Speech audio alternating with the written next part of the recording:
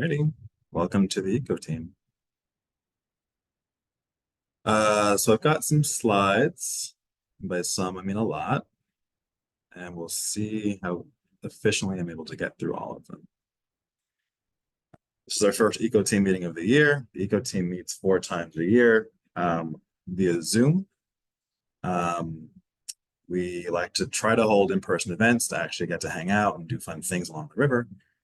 So look forward to opportunities coming up this year. Just some quick housekeeping while we're here. It's never been an issue, but you always want to be courteous and respectful, respect people's opinions, and disagree with the idea, but not the person. If someone says something that you don't agree with, please keep yourself on mute unless you're ready to speak, and consider using the raise hand feature to let us know that you have something you want to say. Isabella and Daniel are also monitoring the chat. So if you put things in the chat and I don't catch them, they might be able to get my attention or to respond to your question. Just a quick look at tonight's agenda. We'd already did some introductions. We're going to look at some of our collaborations or collaborative grant work that's coming up for this year. Opportunities for volunteers to get involved along the river. We're going to plug you into some calls to action and environmental advocacy this evening. So I hope you're ready to be active. And then we'll talk a little bit about our data, challenges with data accessibility, and what we might be able to do to increase the ability of our data to be accessed more freely by the public. We're going to talk a little bit about trash reduction plans, reporting issues on the river through our Watershed Watchdog initiative, and then there'll be spaces for you all to ask questions and hopefully get some answers and to spark some discussions. Feel free to interrupt me whenever you want to, if something is really burning and you're passionate about it. So we already did this icebreaker, so that's great. So why don't we dive into some of our collaborations for 2024. So this is the big one. We have received $500,000 in funding from the EPA. This is one of our biggest grants in a while. And this one is actually a cool one because it is not just looking at the Bronx River, but it's also looking at 3 other rivers in Westchester County. Maybe I should do a quick introduction to the Bronx River. So for those of you who are not very familiar with the Bronx River, it flows through Westchester County and the Bronx in New York City. It's about 24 miles long. We consider it New York City's only true freshwater river because it's the only place within the city limits where you can access this flowing fresh water. So it makes it a unique river. But in Westchester, it joins a number of water bodies, from small streams like the Tibbetts Brook to bigger rivers like the Bronx River, the Sawmill, and the Hutchinson. And so that leads us to this collaboration with our partners. So between us, Save the Sound, the Center for the Urban River at BZAC, or CURB, they're located in Yonkers, and then Van Cortlandt Park Alliance here in the Bronx. We are embarking on an initiative over 3 years to do enhanced water quality monitoring on these 4 rivers, and it's a big education outreach component. Now, what we're trying to accomplish is really doing some hardcore tracking down of wastewater pollution. Each of these organizations has been doing bacteria monitoring on their water bodies, and I'll tell you a little bit more about that in a bit. But the way that we do our bacteria analysis, it can be hard to be certain where the bacteria is coming from. And so doing environmental DNA analysis allows us to be more confident that what we're finding might be raw sewage, right? Or, is coming from a municipal wastewater system. And this is really important for us to be able to advocate for the protection of these water bodies and say, look, there's some kind of infrastructure that's not working and it's conveying this pollution to the river. So that's one aspect. We want to be able to equip the residents and the communities around these water bodies with the knowledge to help us actually advocate on our behalf as well. So that's where the education and outreach components come in. We'll be holding public events. Those could be anything from tabling events to looking at macroinvertebrates. Macroinvertebrates are the little, I want to say creepy crawlies, but they're the small creatures that live inside of our all of our rivers, in the mud, in the soil, sometimes in the water column. There's a lot that they can tell us about the health of these rivers as well. So there's different opportunities for the communities to get involved in this work. And we want to raise awareness about the pollution. We want to raise awareness about threats to these water bodies as well, namely from climate change, flooding risks, and all that good stuff. So we're very excited about this collaboration. We're about to kick it off on Friday of this week with the partners, and then we'll get underway with the grant. So you'll be hearing a lot more about this over the next few years. So all I want to say now is stay tuned, and we'll see what good comes with this. The next one I want to talk about is from the National Fish and Wildlife Foundation for a little bit less funding. This is a collaboration between the Bronx River Alliance, the Federated Conservationists of Westchester County, and the Nature Conservancy. So these are two more of our partners. And this one's a little bit less, sort of less room for public to be involved in this process, but it's no less important. And what we're really hoping to do with this grant is to actually tackle the failing wastewater infrastructure that is plaguing Westchester County. And I don't really have a lot of time to go into some of that data, but we are aware that the sewer pipes in the county are leaking, and some of that material is making its way into the storm drains. And so the storm drains are actually giving out more than just rainwater. In a lot of cases, they're giving out raw sewage. And we are aware of it. And in some places, we actually know that the pipes for sure are, conveying sewage. What we're hoping to do with this grant is to lead workshops in the municipalities along the Bronx River to teach the municipalities basically how to apply for federal funding. So for those of you who don't know, through the Inflation Reduction Act and through the Bipartisan Infrastructure Law, there are billions and billions and billions of dollars basically waiting for people to grab them right now. It's the most money that's been available for infrastructure repair for a generation. And unfortunately, as is often the case with federal funding, it's kind of challenging to access these grants. And for smaller towns and municipalities who maybe don't have the personnel and their staff, it's very difficult for them to even write a proposal or manage a grant if they receive the funding. And so what we're hoping to do is to guide these municipalities through the process, bring in consultants and experts who will, give them suggestions and advice and whatnot. And the goal of this is to get some proposals submitted that will then get funded. And then these municipalities can start to fix their infrastructure. The reason why the infrastructure is failing in the first place is because a lot of these places have not been able to pay for these repairs. They can be quite expensive. So we're going to see what happens. We think we're going to start right now with White Plains. So White Plains will probably be the location where we run the first workshop. And we'll see what happens there. And if that's successful, then we'll move on and go down the river. And if not, we'll give it the resources that it needs. But the Nature Conservancy and the Federated Conservationists of Westchester County have a lot of connections, both across the county and across the state. And they're going to be able to pull in some pretty incredible resources. So we're going to see, we're considering this as not a holy grail, but a sort of opportunity that we've been waiting for a number of years. So this is very exciting for us. All right. Continuing to talk about sewage. You're going to hear that a lot this evening. There is a proposal to unify the sewer districts across Westchester County. And if you look at this map on the right-hand side of the screen, the sewer districts are color-coded. So that big blue one in the middle is the Bronx River Sewer District. It's actually the Bronx River watershed, basically. It's almost the same shape as the watershed.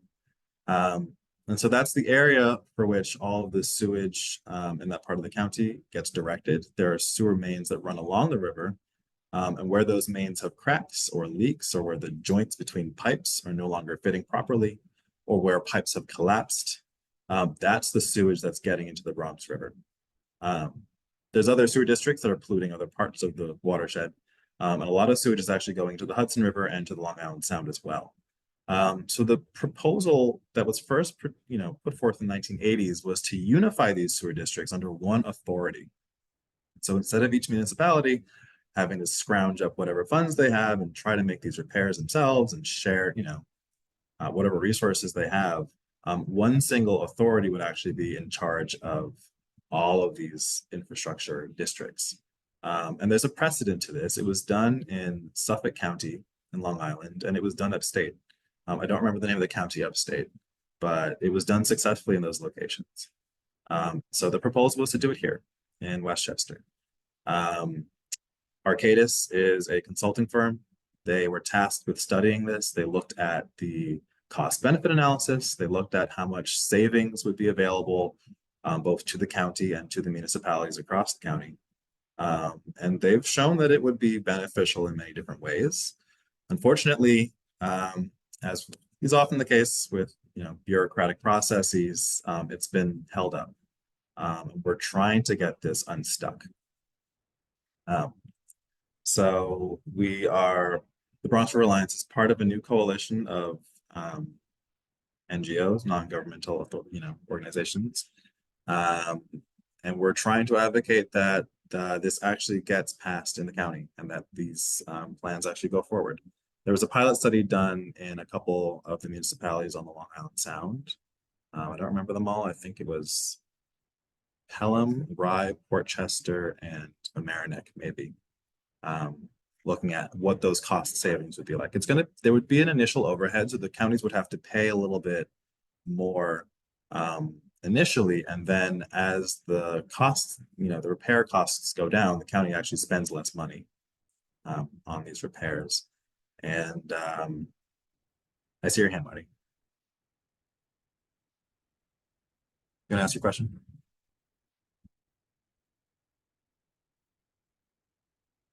Or if not, we can hold it to the end of the section. I'm sorry, as other folks, I had trouble finding that famous mute button. Doesn't the Westchester County have combined stormwater sewage systems, and is any part of this plan separating that? Good question. The county has a few locations where there are combined systems, but the majority of the county that's not on a septic system actually has the separated stormwater and sewer systems.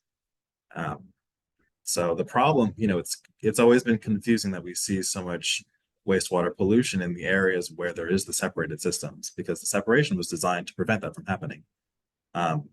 So most of the lower part of the county actually is separated. So you'd think that we wouldn't have problems there. That's fabulous and interesting. Thank you.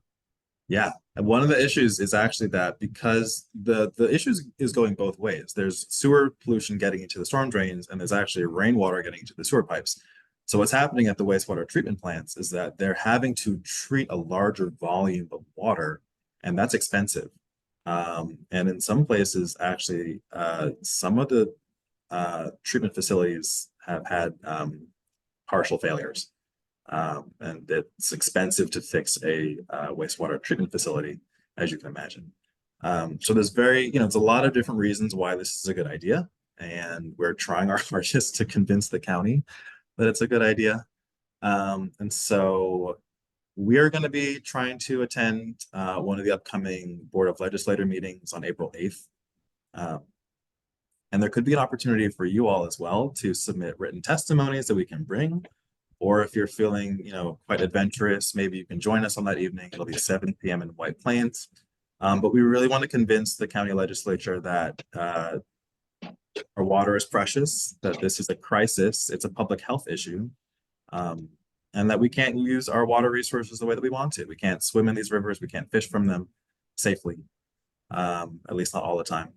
And that's a real shame. It really is on all of us to make this right. So the lower part of the Bronx River has combined stormwater outlets.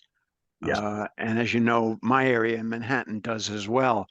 So there's a huge infrastructure nationwide, I think, project that needs to go on, and what's going on in Westchester is fabulous. Yeah, and it could actually be used as a model for other places to, emulate. We hope, if they do what we think is the right thing, then yes, absolutely. We won't even talk about the Bronx. The combined sewer system here is going to take a lot more effort and resources to fix. I don't even know what that would take at this point, but we have a real opportunity right now in Westchester County to make a change. So bated breath, we wait and see what the county does. All right. We are, as you may know, updating the Bronx River Watershed Management Plan. So this was a document that was first published in 2010. It was a huge collaborative effort between the Bronx River Alliance, New York City Parks, the Bronx Borough President's Office, and every single municipality that lies along the Bronx River watershed. I think it's 14 different towns, cities, and villages that all came together to put this plan in place. It was not an easy thing to do, and it was remarkable that they actually got everybody at the table at the same time. What this plan does is it lays out priority projects for us to implement. And in 2010, most of what we were doing was looking at how to bring back a lot of the habitat that had been destroyed along the Bronx River. So salt marshes, repairing parts of the riverbank. This plan helped us to build a fish passage over the 182nd Street Dam. So that's the lowermost dam on the Bronx River. And that passage connected the freshwater section of the Bronx River to the Atlantic Ocean for the first time in about 400 years. And so while fish passages are not perfect, actually it was the first time that fish were able to swim up and down over that dam. So pretty remarkable. The plan did accomplish some pretty amazing things, but it neglected climate change. And so now in 2024, climate change is a really huge issue and it threatens a lot of different parts of the Bronx River watershed. So we are back to the table, collaborating with the municipalities in Westchester County to redevelop this plan with a new angle on climate change resiliency. So we started this back in early 2023 with a series of public meetings. We convened what we call the Watershed Advisory Committee. So that's where all the town mayors and officials and whatever, they all come together to talk to us about the problems that they've been seeing in their neck of the woods and what this plan might be able to do to help them. So today, I actually want to share with you some sections of the plan so you can all take a look. Give me 1 second.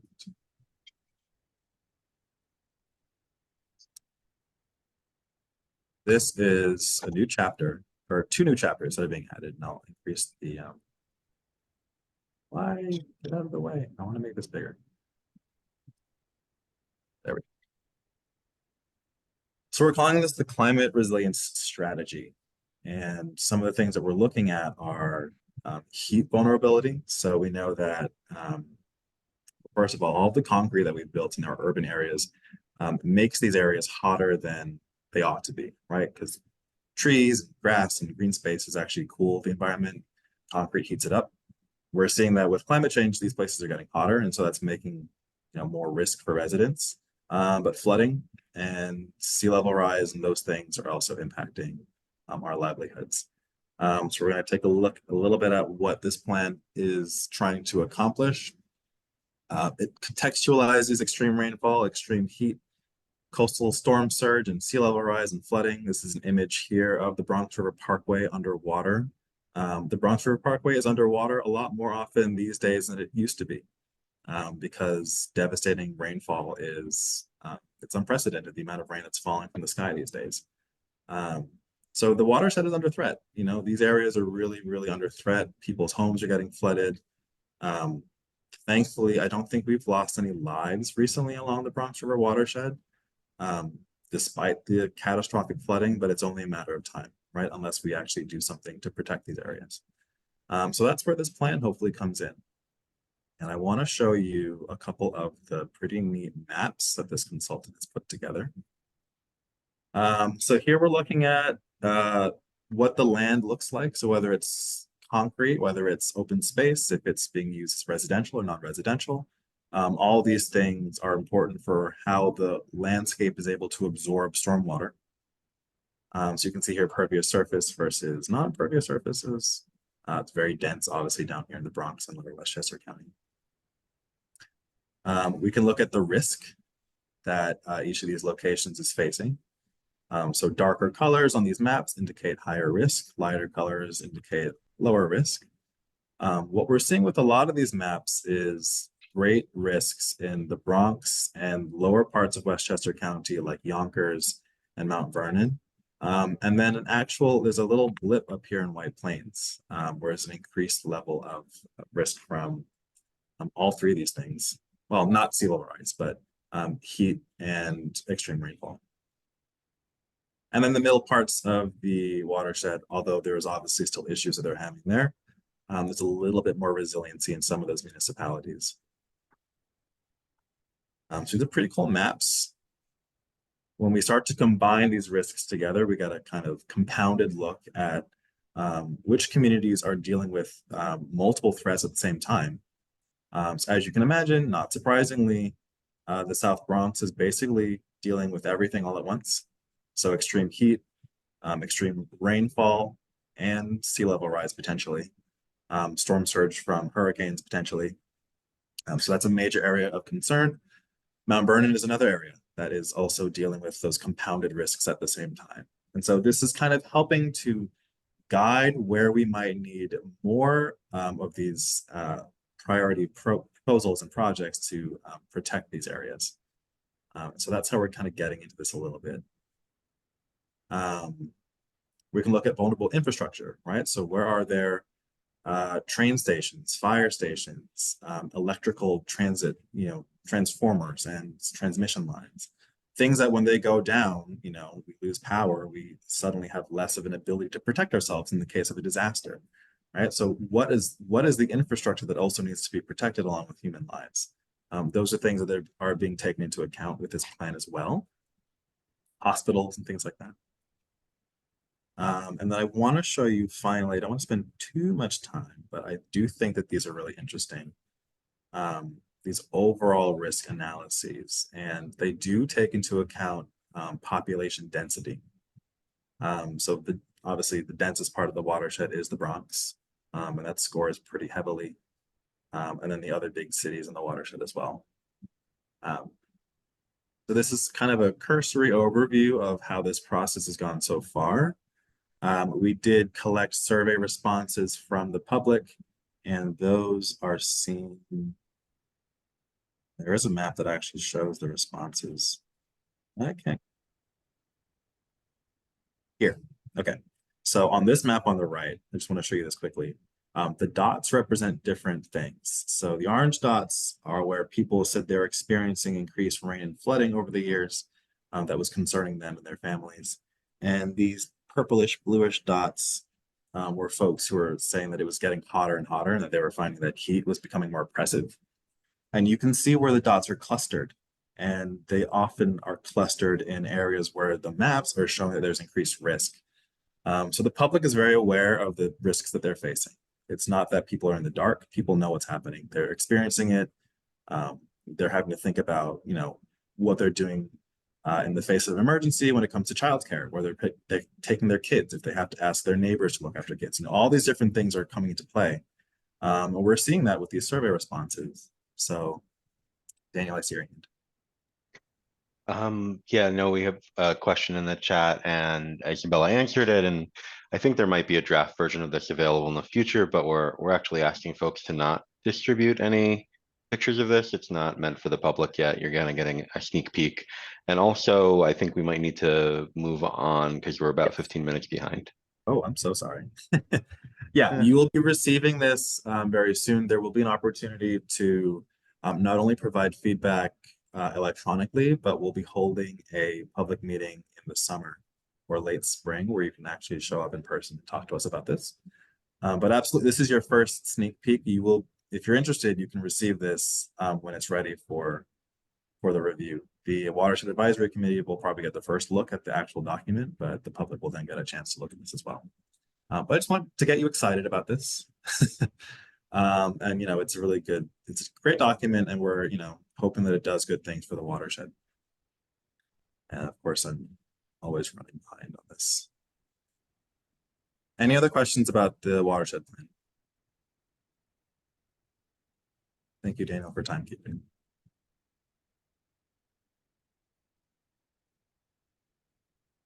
All righty. You got a hand up. Yes. Really quick question. That funding that you got from EPA, I know you mentioned it would be over the next several years, but when would you start doing some of the extra testing or, any of the extra, like when will you start putting some of that money into? Good question. This summer. Yeah, we're hoping that we'll start doing that enhanced water quality monitoring this summer. Save the Sound is getting the laboratory ready for us. Maybe David has more information, maybe he doesn't. But yeah, we're this year, I think, this monitoring season. And so there will be an opportunity, I'll get into that in a second, but there's an opportunity for volunteers to participate in that as well.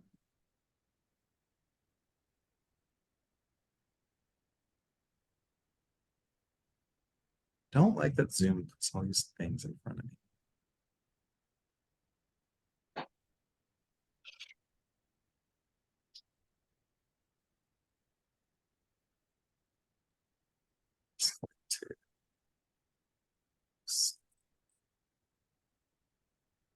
So, volunteer opportunities on the Bronx River.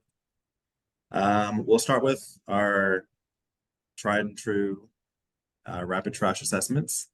This program called Project Waste was first developed in 2016. WASTE stands for Waterway and Street Trash Elimination. It's twofold. So on one hand, we are physically removing garbage from the river, and that's always a good thing. But the other part is that there's a data collection aspect to this project. And so all the garbage that gets removed actually gets tallied on a data sheet and entered into a database. We used to do this a couple times a month. In recent years, we've had a little less capacity to do so. So we're trying to aim for monthly or bi-monthly between the months of May and October. It's pretty cool. Volunteers often ask for this by name. You get to wear waders, you get to walk inside the water and pick up heavy things and be a community scientist. And it's actually a lot of fun. So if you're interested in that, keep your eyes out. We'll probably kick this off, if not during Earth Week, then early in May. But you'll find it advertised on our social media, on our website, or if you're signed up for our newsletter, you'll see it there as well. So that's coming up. Project Water Drop is the counterpart to Project Waste. DROP stands for Detecting River Outfalls and Pollutants. And so this is where that funding from the APA is going to come in handy. This is another volunteer-led program. It looks at the fecal bacteria content of water samples from different locations along the Bronx River. So these are volunteers who are actually going out, grabbing samples, jotting down some environmental data, so the water temperature, the pH, things like that. And then they bring those water samples back to the lab, and those samples get tested for the bacteria content. And that lets us know whether or not we're seeing a lot of, well, fecal matter in the water, and if that means the water is unsafe. This occurs twice a month on Thursday mornings. We're starting on May 23rd this year, and the program will run until Halloween. We are collecting the samples from the Bronx at River House. So if you're going to sign up to volunteer and collect data from any one of our 10 monitoring locations along the Bronx River in the Bronx, those samples will be coming back to us. If you happen to live somewhere between us and, say, the Hutchinson River or the Sawmill River or Tibbetts Brook in the western part of the county, maybe you'll be volunteering with one of our partners. So Save the Sound, Bank Portland Park Alliance, or CURB will also be collecting these water samples and doing the same tests as well. So you got a lot of options this year, which is pretty cool. And we'll be holding a volunteer training event in April, on April 18th at 10 a.m. So that'll be here at River House, where I'm sitting today at 1490 Sheridan Boulevard. This is our main headquarters, and it's also 50 feet from the Bronx River. So it's a pretty good location to do some of this work as well. This training will teach you how to take a sample and some of the things that we're looking for. And then you might get a chance to look at the different monitoring locations and pick the one that you like the best. And that location will be yours for as long as you're able to monitor at it. So if you have the flexibility in your schedule to do this monitoring, you essentially can adopt the monitoring site, and that will be yours to visit as often as you can on these Thursdays through the season. Sometimes volunteers bounce from one site to the other. Sometimes they just stick at the one that they like the best. So it's kind of, whatever works best for you, if this is your interest. This QR code on the screen, you can scan with your cell phone, and it will allow you to register directly from your phone for this event. Space is limited, so you all are probably the first people seeing this. That means you'll definitely get a spot. And if it's very crowded, if it so happens that we got a lot of interest, we'll see what we can do, but space is limited. Other events, you can always check out our website at www.bronxriver.org and visit our calendar of events. You can find all the different ways to get involved with us, not just through water quality monitoring, but you can also plant trees, you can pick up garbage, you can do lots of different things. And the website is the place to find all of those opportunities. So I just want to do a quick look ahead, unless there's any questions. I'll pause for questions. I want to do a quick look ahead of what some of the things that we're excited for this year. Potentially restocking native fish to the river. This is something that we try to do every year, but unfortunately we've had some barriers in recent years. Namely that the fish that we're trying to reintroduce to the Bronx River, the population of that fish is kind of fluctuating locally. So some years we don't really see a lot of these fish and we're not able to bring them to the Bronx River. But if it so happens that we do find a large run of alewife herring in one of our source water bodies, and so there's a river in Connecticut and there's another one in Long Island that we look to grab these fish from. If those runs this year are looking full and healthy, we will try to grab a couple hundred of those fish through our partnership with the Parks Department and our relationship with the Department of Environmental Conservation. And then we'll be releasing these fish. What's really kind of interesting about this fish is that not only does it live between freshwater and saltwater, not a lot of fish are able to do that physically. Typically a fish would die if it's in the wrong environment, but they kind of imprint. So when they're born in a freshwater body, they will always return, or they will mostly return to that same place to spawn when they're of age. That's pretty remarkable, and we're trying to kickstart that population here in the Bronx River. This top image on the right is a dam, I believe I can't remember what municipality this dam is in, but it's somewhere on the Bronx River in Westchester County. And if you don't know, the Bronx River is all about dam removal. We really see dam removal as a solution to a lot of the problems that we've caused through industrial, the industrial revolution and setting up industries all along these water bodies to use them to power things and not, just let them be. And so obviously fish passage is one way to alleviate the stress that dams cause to a water body, but the best way to do it is just take it out. And there's a couple initiatives happening on the Bronx River right now that are looking at removing some of the dams on the river. And we're actively invested in those things. So we're hoping to see more of that progress this year. Of course, we're excited about publishing the updated Bronx River Watershed Plan and all the great things that come with that. Targeted outfall monitoring is something that we've been doing for just a couple of years now. It's kind of a modification of Project Water Drop. Instead of just going to an established monitoring site, we're actually going right up to the pipes along the river and catching the water spilling out of those pipes. And if those pipes are testing positive for fecal bacteria or elevated levels of nitrogen or something else, we know that there's a problem leading away from that pipe. And so we can call that point source pollution. So this is a point source pollution monitoring effort. And if we know which pipes are causing problems, and we can tell the municipalities where those pipes are located, that they need to direct those resources to fixing those specific pipes. And so that's where the collaboration with the Nature Conservancy and the Federated Conservationists come in. So all these things kind of tie together. We're all kind of, we're getting excited about what we might be able to accomplish this year in 2024. And then, of course, we do lots of wildlife walks and bird watching and things like that. Last year, we did quite a few bird watching trips by canoe. So the Ecology Department and the Recreation Department joined forces to do birding by boat. And those were very popular events last year. So we're looking to do a lot more of those this year too. If you're interested in those, please definitely keep your eye out on our calendar of events and the newsletter. And then you may not know, but we are very active in a lot of different coalitions across the region, both in New York City and regionally. The SWIM Coalition is one of them. That stands for Stormwater Infrastructure Matters. These coalitions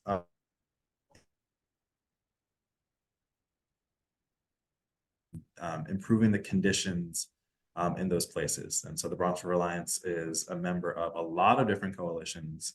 I couldn't even tell you half of them right now, but We're very active in coalition work, and so we're excited to do more of that in 2024. Any questions? That was a lot of information. Okay, so here is where you all can actually play an active role this evening if you so choose. As I mentioned before, Westchester County is stalling on the sewer consolidation initiative.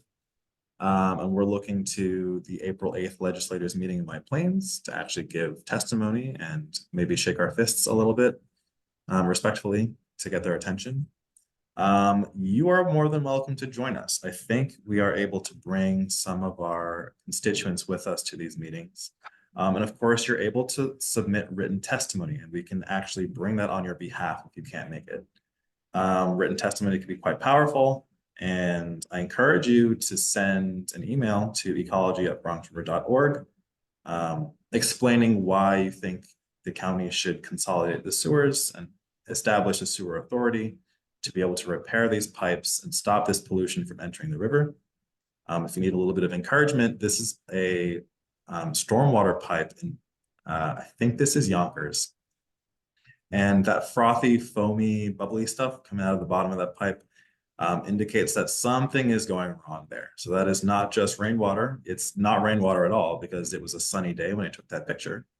And so any pipe that's spilling liquid during a sunny day tells you that it's probably not a nice liquid coming from that pipe. And a lot of the pipes look like this. And we want them to stop doing this. And so if this moves you, if you feel so moved to speak on behalf of the Bronx River, I encourage you to send an email to ecology@bronxriver.org, encouraging Westchester County to consolidate these sewers to get these pipes repaired. Daniel. You said you might have bullet points or something to share with folks. Yes, if you would like to reach out to me, or I can just blanket send it to everybody on the call and you can ignore it if you don't want it. But there are actually bullet points that have been written and developed that can help guide you if you want to write a testimony. It can give you some of the language to use. So maybe I'll just send it out to the group. If you don't want it, then just ignore that email. But if it's useful to you, then I encourage you to use it. Okay, here's a different initiative. This is about redesigning the East Tremont intersection, which is just north of Starlight Park, where I'm sitting right now. It is one of the most dangerous intersections in the Bronx. It is probably one of the most dangerous intersections in New York City. Daniel, who just spoke up, has to cross this intersection every single day. This is the site of fatalities over the years. It's very difficult to cross this intersection, and the most remarkable thing is that funding to repair this was allocated over a decade ago. And confusing processes that I don't quite understand have prevented any ground from being broken in this location. So this is a petition to actually get the city to do the right thing and make this intersection safer. It's the entrance to Starlight Park. So if you're coming into the park from the north, you have no choice but to cross this intersection or not go into the park at all. So for community members who live here, it's a daily risk that they take if they have to cross this intersection. We don't think that's fair. This is an environmental justice community that already has a lot to deal with. And this is just one more thing on top of all of that. It's a critical gap on the Bronx River Greenway. So our efforts to create a unified continuous greenway along all 24 miles of the Bronx River is kind of being thwarted in a big way by this gap. And so you can use your phone to scan this QR code right now. And I might leave it up for a quick second, but I also have the link that I can drop into the chat too, if that's easier for you to do so. So I'll give it a couple more seconds if you want to take a picture. And then I'm going to stop sharing now. And I'll drop that link. I think Isabella dropped the link for Tremont. Thank you so much, Isabella.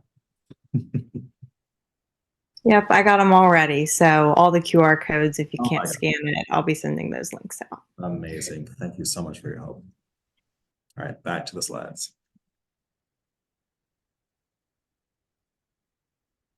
Daniel, can you remind me what button to press to start sharing from the slide that I'm on and not go back to the beginning? I seem to remember how to do that. I think just click slideshow on the, yeah. Oh, okay, thanks.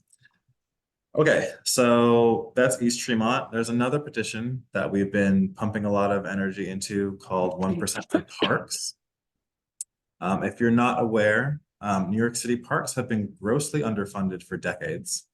We're actually asking for 1% of the city's annual budget to go to upkeeping the Parks Department. New York City Parks Department is one of the largest in the country. It might be the largest in the country. I don't have the statistics there, but it's certainly a gigantic system that employs thousands and thousands of people. And we believe firmly that parks and their employees are essential services that all New Yorkers depend on. We learned this really, intimately during the pandemic. And unfortunately, our Parks Department is being continually defunded. What this means is that we don't have the capacity or resources to remove trash in a timely way, to repair infrastructure that's falling apart in our parks, to run programming that a lot of New Yorkers look forward to and depend on in our parks. So this is another QR code that you can scan that takes you to this petition to demand that the city give 1% of the budget to the Parks Department. It's not a lot to ask for. There are other smaller cities with smaller, park systems. They will donate 4 or 5% of their budgets to maintaining their Parks Department. We're asking for 1%. We don't think that's a big ask. We really want to get the mayor's attention here and let them know that this is not something that we're going to compromise.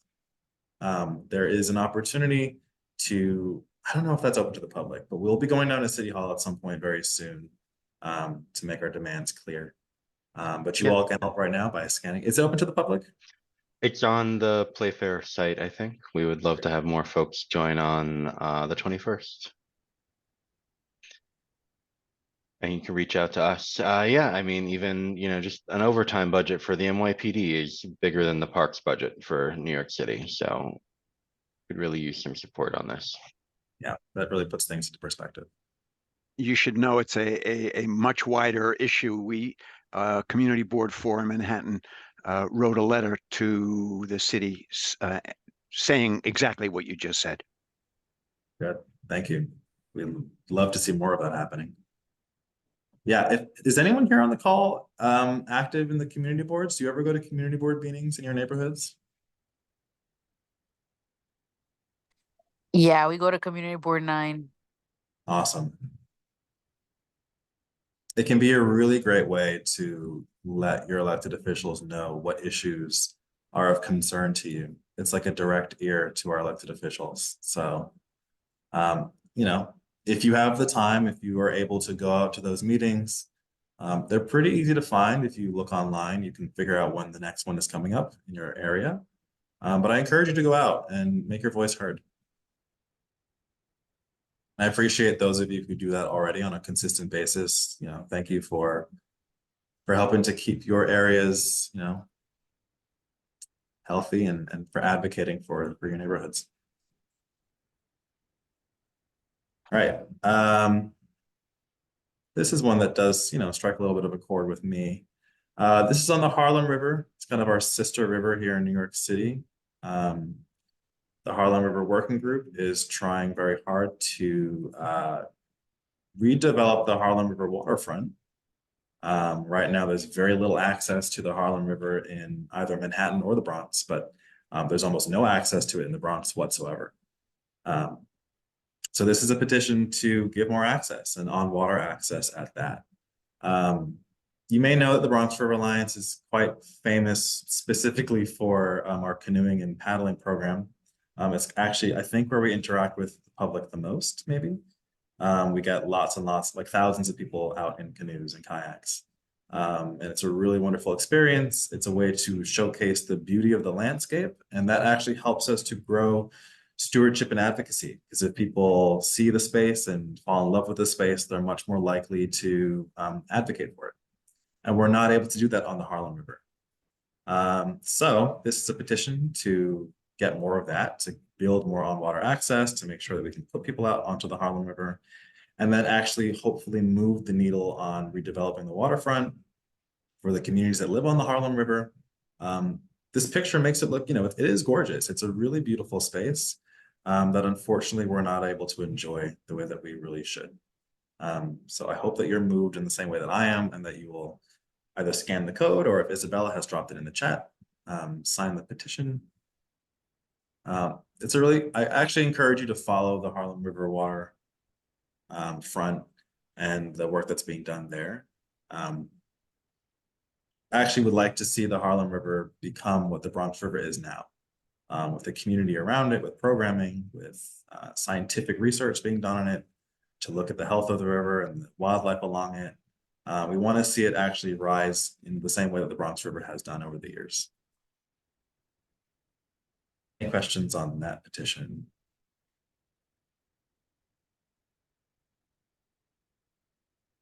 All right, what is next? Okay. Time check. Very behind schedule. All right, I'll see how quickly I can move through this. As I mentioned earlier, we collect a lot of data on the Bronx River. We've been doing so for many, many years. Actually, we have data on the river going back to the 1990s, but we've been collecting data more consistently for about the last 10 years or so. And you may have heard it said before, but data is pretty useless if you just sit on top of it and don't do anything with it. And so the only way to actually make it useful is for other people to see it. And sharing data and data accessibility is a pretty widespread challenge that not just the Bronx River Alliance faces, but other waterfront organizations across the city, other environmental organizations across the city struggle with these challenges. So this is just a quick snapshot of two of our spreadsheets. They're very large, they have lots of tabs, and they're not user-friendly. I can make my way through these sheets. I know this data pretty intimately, but I wouldn't expect if I handed this to you that you would understand what you were looking at. And if you don't know what you're looking at, then I can't expect our policymakers and decision makers to be able to receive this data and be able to do something useful with it either. So the question becomes, how do we improve data accessibility, make it freely available, and improve the way that people are able to use this data to advocate for our natural resources like the Bronx River? It's a great question. We have partnered with New York City Open Data Week to actually hold an event to hopefully tackle those questions. New York City Data Week, Open Data Week is an annual event. It's this year running from March 16th to the 24th, but it celebrates Local Law 11 of 2012, which mandated that all public data in New York City be made freely accessible for everybody. And so it's a celebration of data. It's a celebration of information, essentially.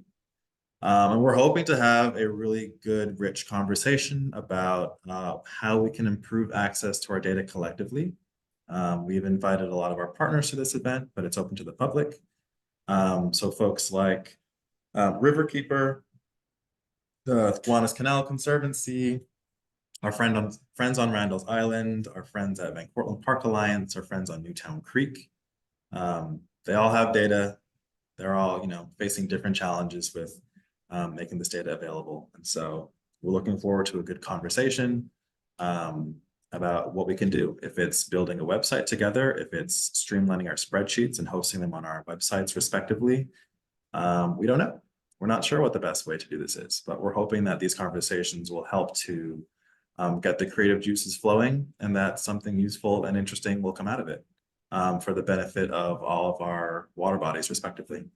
I want to mention that this is not solely focused on water data, but most of our partners are waterfront organizations, and so it's going to be primarily focused on that. But other data is interesting too. Air quality data is growing. There's a lot of organizations across the city now that are collecting air quality data. And that's also information that you don't want to, lock up on a single computer or a single server. You want the community to be able to read that stuff too. So we're looking forward to a good conversation. And after the discussion, there will be an optional tour of Starlight Park for those who are interested. And I want to mention that light refreshments are available at this event. So please consider coming. It's March 21st at River House from 2 to 4 p.m. The tour of Starlight Park will probably go until about 5:30 or so. Any questions on this event? Daniel. Actually not on this event. There's a question in the chat about, do you have more information about the April 8th legislators meeting?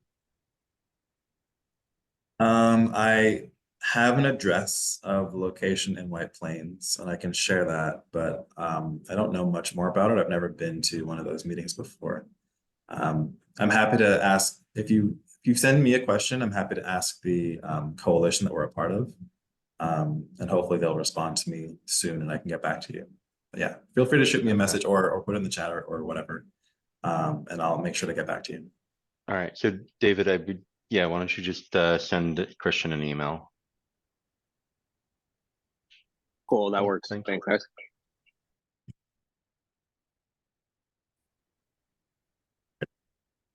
On we go.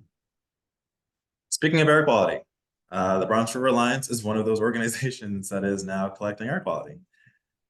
We started by collecting air quality around River House. So we have sensors on all sides of the building and the roof. And with funding from the DEC, we've been able to expand this program to be collecting air quality data from along the river. So we have a total of 6 locations spaced out from the North Bronx to the south. Two of our locations are public schools. One of our locations is a community board building. So they're all in different environments. Some of them are close to highways, some of them are close to parks. The air quality looks different depending on where you are, and that matters. And this QR code will allow you to sign up for this dashboard that will show you each location and the data that's being collected there. Some of the sensors are not online right now, and so if you do log on right now, you won't see all the information that's available, but you will see some of the stuff that's available. And the coolest thing is the ability to look at these graphs from each sensor. And obviously when they turn red, that's a sign that the air quality is not very good. You want those graphs to stay green. Green means healthy air. So this graph is from last year, looking at the month of June. So the end of that month into July, obviously there was some not very nice days. You should have seen these graphs during the wildfire smoke events last year. They were, no pun intended, they were off the charts, actually. It was the highest air quality readings we had ever seen. I didn't really know the air quality could go that bad, and the graphs were so high. And so this is pretty vital information. So if air quality is something that interests you, I encourage you to sign up for a dashboard, see what you make of this data. I also want to encourage you to check out our partners at, I think, Daniel, it's South Bronx Unite. That's got a really big expansion of their air quality Yep. program. They are rolling out something like 65 or 70 sensors across the South Bronx. And so they're looking at a big network of these devices collecting information in Mott Haven, Port Morris, all those locations down in the South Bronx. That's very cool. They've got a really cool interactive map that you can play with. So you want to check that website out too. I don't know that website, but I can get it to you if you want to check out our partners' information as well. Hopefully one day there's a way that we can integrate all of our data together. And it's just a comprehensive look at data for the South Bronx, for example, and all the organizations that are participating. Any questions on air quality? I have one. Are you thinking of putting some of this data on a page on the Bronx River Alliance webpage? Yes, we are thinking about putting all of our data potentially on the Bronx River Alliance webpage. We had a website for a while that was dedicated to data. It was kind of experimental. Unfortunately, we ran into a lot of problems with it, and it's no longer online. So that was a bummer, but we're looking for new ways to make this data accessible. And if it was right up on our homepage, you log right into bronxriver.org and you click a button and there it is. That would be fabulous. So that's kind of one of the things that we're looking to maybe try out at some point this year. Air quality and water quality side by side would be great. Yeah. I want to mention that we are working with Fannie Lou Hamer High School, which is right across the street from our office. Those students are going to be doing an air quality research project. and they'll be using our data as well, which is pretty exciting. We have some handheld air quality monitors that are complementary to these stationary monitors. So you get information from the buildings where these are attached to, and then you can walk around with the sensor and get more information. And so hopefully those students will shed more light on the patterns that we're seeing with air quality. Our partners at Rocking the Boat are doing the same thing with their students. And our own interns, the Bronx River Eels, will also be using this data as well. So we're hoping to learn a lot about air quality this year. As I watch this space, I'm sure that the June Eco Team meeting will have a lot of data about air quality. Okay, I apologize that this is just a block of text with no images. Don't think that you have to read this. I will summarize this for you. The Bronx River Alliance, or excuse me, the Bronx River does not have a sort of pollution reduction plan. The most common one across the country, I believe, is the TMDL, the total maximum daily load. This basically quantifies the amount of pollution coming into a water body and tries to explain whether or not that water body is able to manage it. So it really sets up a limit and says this river cannot handle any more than X amount of nitrogen pollution or X amount of phosphorus pollution or X amount of sewage pollution before it's no longer able to balance the pollution and sustain its ecosystem. They're pretty important. These plans are able to leverage protections for those water bodies, and the Bronx River doesn't have one. And so we're looking at our options now for potentially developing a plan for the Bronx River. And we're working with our partners at New York State DEC and the EPA to explore those options and see what we can do. So we won't get into super, fine details, but these are some of the options for different types of plans. Some of them are more strict, some of them are less strict.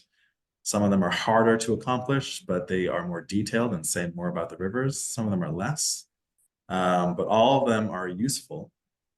And so with the recommendations from our partners, we're looking at blending some of these together. So taking elements from a 9-element plan and then putting that together with an advanced restoration plan. Seeing what we can accomplish there. What we would be looking at mostly is non-point source pollution at this point. And so this plan would begin by looking at the impairments caused by trash, so floating trash on the river. We know that the styrofoam bans and the plastic bag bans that went into effect in New York City and Westchester did not significantly reduce the amount of styrofoam and plastic that's in the Bronx River. The data shows that there was a little bit of a dip over the recent years when those came into effect, but not enough that we're seeing less garbage in the river. So it's time for something that has a little bit more teeth, and one of these plans, might actually do that for us. And by blending some of the plans together, we can look at multiple impairments. And so that could include trash and fecal pathogens. So point source and non-point source pollution being tackled in the same document, which would be pretty cool, be pretty difficult to do.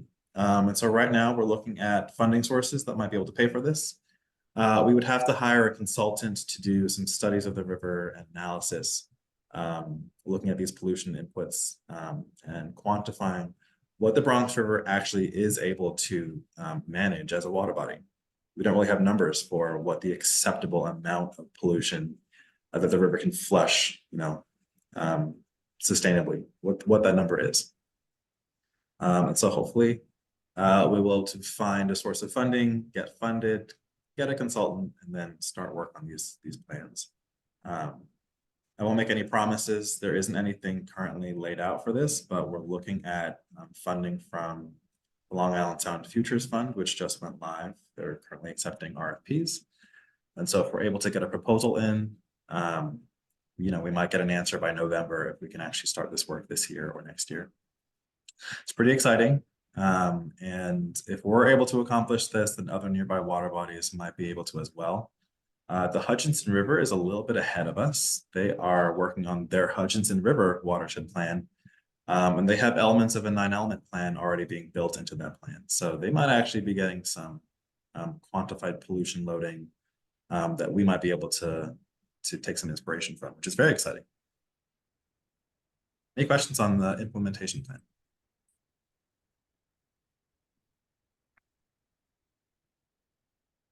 All right. So this is another another area where you as volunteers or community members or admirers of the Bronx River can actually help us out. You may not have seen this on the website, but we have a button that allows you to, or it sends you to different locations to report problems on the river. So what do I mean by problems? If you're walking through one of our parks one day and you notice that the water has an oily sheen on it, that you think doesn't look correct, or you see, oh, that's misspelled. That should say suds, not suns. But if you see foam or suds or frothiness, like a bubble bath, that's typically a sign that something is not correct in the water. There are natural phenomenon that can look like these things, but often cases in urbanized areas where we see these things, it's a sign that there's a pollution in the river. If you're seeing lots of dead fish, sure sign that something is wrong with the water. If you smell something that's particularly foul or unusual, that's another clue, right? And as I mentioned before, if those pipes are spilling liquid during dry weather, you know that it's not rainwater coming out of those pipes, it's something different. So if CSO pipes, those combined sewer pipes, are active during dry weather, you can call 311 and report that. So if you go to our homepage at www.bronxriver.org and scroll down just a little bit, you'll see the button that says report a problem. And it takes you to this list and kind of walks you through the steps you can take to report an issue on the Bronx River. The bottom of the sheet, or the webpage, excuse me, says if you see someone swimming in the water to confront them. I didn't write this language, but we don't want you to actually be confrontational.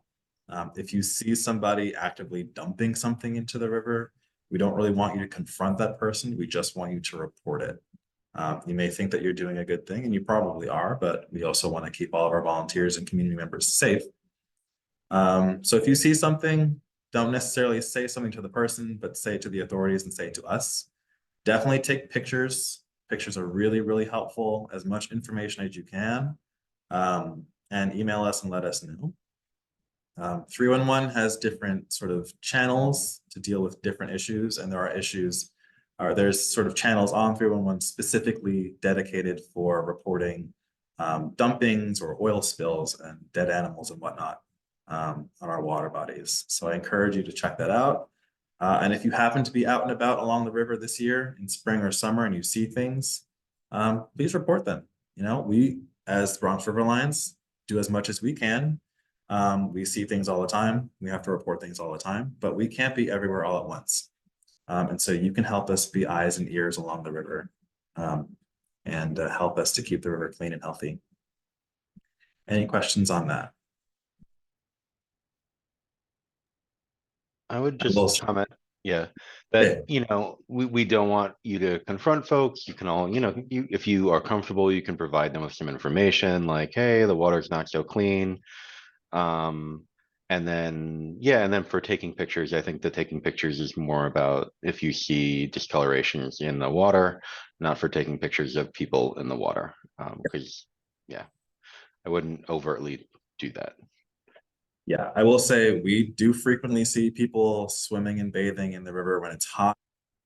A lot of the neighborhoods in this part of the Bronx, or these areas along the river, don't have access to cooling centers or public pools, and so naturally people see a beautiful river and they swim in it. We don't want to criminalize those people, but we do want to discourage that behavior because it puts them at risk. So, any questions about that? I think we're getting close to the end of my slideshow.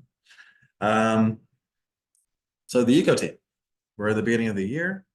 We're actually down an Eco Team co-chair. Elliot Nagel was a co-chair for 2 years. Now we only have one, Becca Swadek, who has been, I don't even remember how long Becca has been a co-chair on the Eco Team, but it's been a number of years now. And we're very thankful for her support, for her expertise and her wisdom.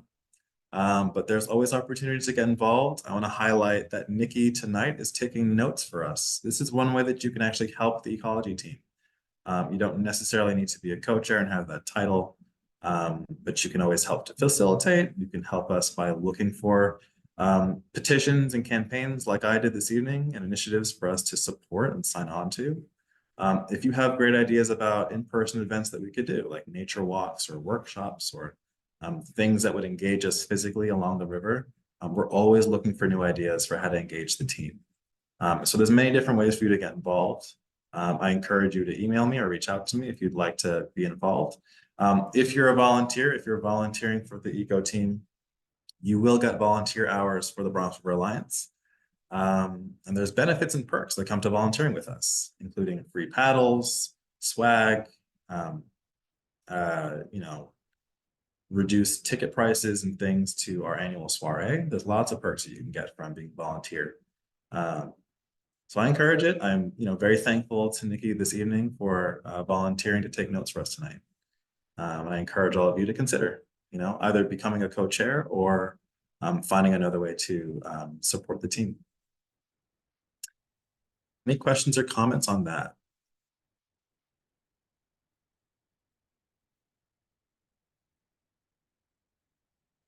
Co-chairs, when they're elected officially in our policy, serve for, 2 years, but we've been very flexible. I think all of our teams actually have been pretty flexible in recent years with making this more accessible and more flexible for community members to get involved too. So we have 2 other teams. We have the Bronx River Greenway team, which is focused on the Bronx River Greenway. So that's the, connections between all the parks, the running paths, and the infrastructure in the parks. The Greenway team kind of looks at that. The issue like the Tremont Avenue intersection is one of the Greenway team's major focuses. Then we have the Foodway team, and the Foodway team is engaged around the Bronx River Foodway, which is the edible food forest located in Concrete Plant Park. That's a really cool team. They do a lot of in-person activities on the Foodway with demonstrations and workshops and things, looking at the medicinal and edible plants that are growing in the foodway. So there's other opportunities to get involved with us at the Bronx River Alliance, not just on the ecology team. So if you're interested in any of that, I encourage you to reach out to us. You can email me or you can email the other leaders of those teams. You can find out that information on our website. Any questions or comments on that?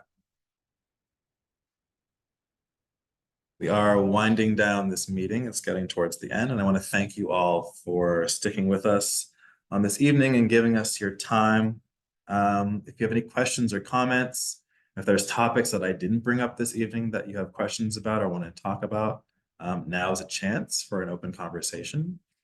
What else would excite you about this space? If there's things that we can be doing that you think would engage you or others more, we'd love to know. If there's anything you want to see us do this year, any activities you want to see us do this year, now is definitely the time to share that with us. So I'll open up the floor for conversation.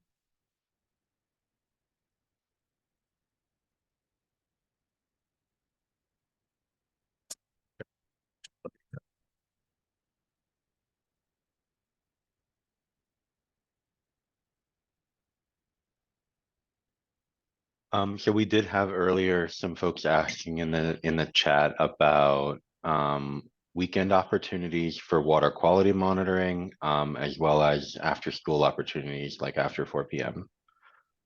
Yeah, that's always a great question. It comes up every year.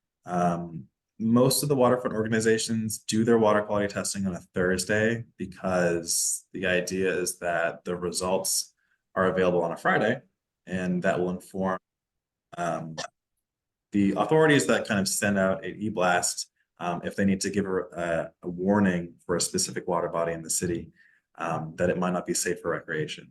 And so we adhere to that schedule, and that's why we mainly do water quality testing on a Thursday so that we can get our information blasted out on a Friday during the summer. But there's other things that we have done in the past. We have done macroinvertebrate surveys on a weekend. And so that's looking at the little critters that live in the river. That technically is a look at water quality. When we find really unusual creatures like mayflies or caddisflies in our water samples, those are animals that are quite sensitive to water pollution. There probably was a time when those animals were not found in the Bronx River, but now we're starting to find them here and there. And those indicate that sections of the river have become healthy enough to support sensitive wildlife, which maybe doesn't excite you, but it definitely excites me. Found tadpoles, we found fish, we found lots of cool things in those activities. And so that's what we can do on the weekend pretty easily. We've done bird surveys with New York City Audubon on weekends. And so there's plenty of things that we can be doing aside from the standard water quality testing. And Project Waste almost always takes place on a weekend day. Sometimes on a Friday afternoon, but typically on a Saturday or Sunday. Because we get the most engagement on the weekend, of course, because that's when people are available. We could do microplastic demonstrations on a weekend or after school and show you how we analyze a microplastic sample. We don't do much microplastic sampling as part of our regular programming, but we have the equipment and the wherewithal to do that. And it's pretty cool. It involves looking at different chemicals and using a blue light to make them fluoresce, and you can kind of see what's going on. So that's kind of cool too. I did see a hand up just now. Disappeared. Yeah, I was putting it in the chat, but you'd mentioned, you do the water quality testing on Thursdays in case there needs to be an advisory for the weekend when most people are out. Once those advisories are out, how long does it normally take before that passes? So let's say, okay, I can't go out there on Saturday, but can I go back out on Tuesday? Great question. Yeah, it actually gets to one of the drawbacks to that system, which is that it's really dependent on rainfall in New York City. So if it rains on a Thursday, we know the water is definitely going to be dirty that Thursday, but probably also that Friday. But if it rains again on Friday, it will continue to be dirty throughout the weekend. Now, if it doesn't rain, these water body advisories typically last about 36 hours. If it's not been a lot of rain, it might be less. It might be only 24. Sometimes it's 48 hours if it's like a huge amount of liquid that's coming out of the pipes. So the water body advisory usually has a time frame. It is, of course, weather dependent, but there's a time frame that says, after 36 hours, the bacteria levels go down. We have been using them as much as we can in recent years to inform our recreational programming. It's not a perfect system, but if there's a water body advisory, last year's a great example. We ended up having to cancel a lot of our canoe trips just because we wanted to keep people safe and we wanted to adhere to the advisory. And it's the best information that we have to go off of. So it is really weather dependent. It's the short answer.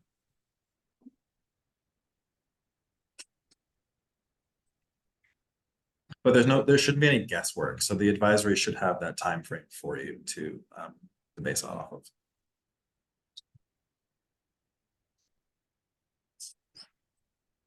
I have a question. How often do you all meet? Is it a weekly event or twice a month? I would love to engage with this team more often, but we only meet together in this space once every 3 months. Oh, Yeah. okay. It's why these slideshows end up being so long, because I'm trying to cram so much information in one session. I see. My name is Sharon Peatley, by the way. I reside in Phoenix, Arizona. I Oh. follow your page on Instagram, and I'm with the Protectors of the Salt River. And we pull stink net every weekend. So it is an invasive weed from South Africa. So I have you guys seen that in your in the New York area? We have not seen stink net, but we have plenty of our own little monsters to deal with. Primarily, we deal with Japanese knotweed, and then a lot of invasive vines, mostly from Southeast Asia or East Asia, Oriental bittersweet, porcelain berry. Those are some of the other plants that are strangling a lot of our forests along the Bronx River. So we pull a lot of those. We have actually Oh, good. Yeah, we've got Excellent. volunteer opportunities as well to do that.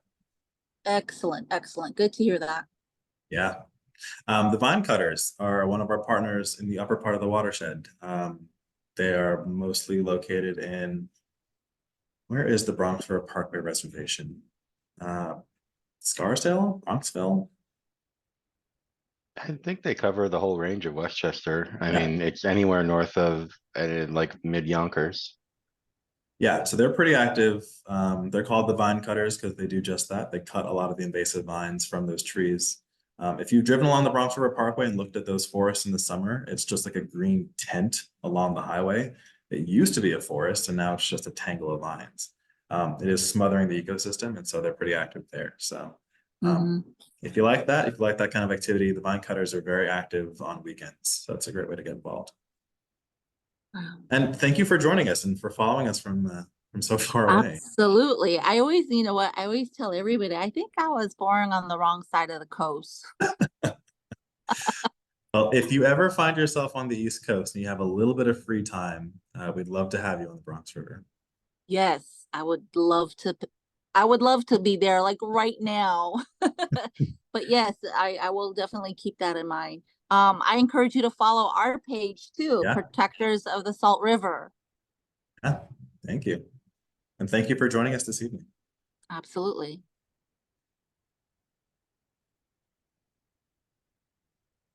Here's the thing that had come up. I'm going to wrap up the meeting in about a minute or two, but it was a suggestion that we hold like a movie night.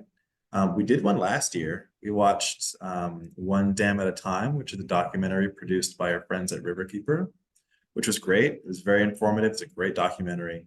And if there's interest, we would love to do more of that too. Host a watch session with refreshments, and we can have a conversation afterwards. It is something that's come up over the years, but doesn't always get actually organized. But I would love to organize another one of those nights or afternoons if there's interest. Just an idea to put out there.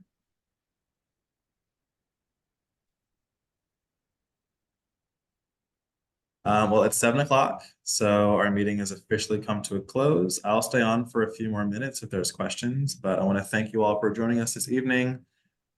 Big thank you to Nikki for helping to take notes, and thank you to Daniel and Isabella for moderating the chat and helping me with timekeeping.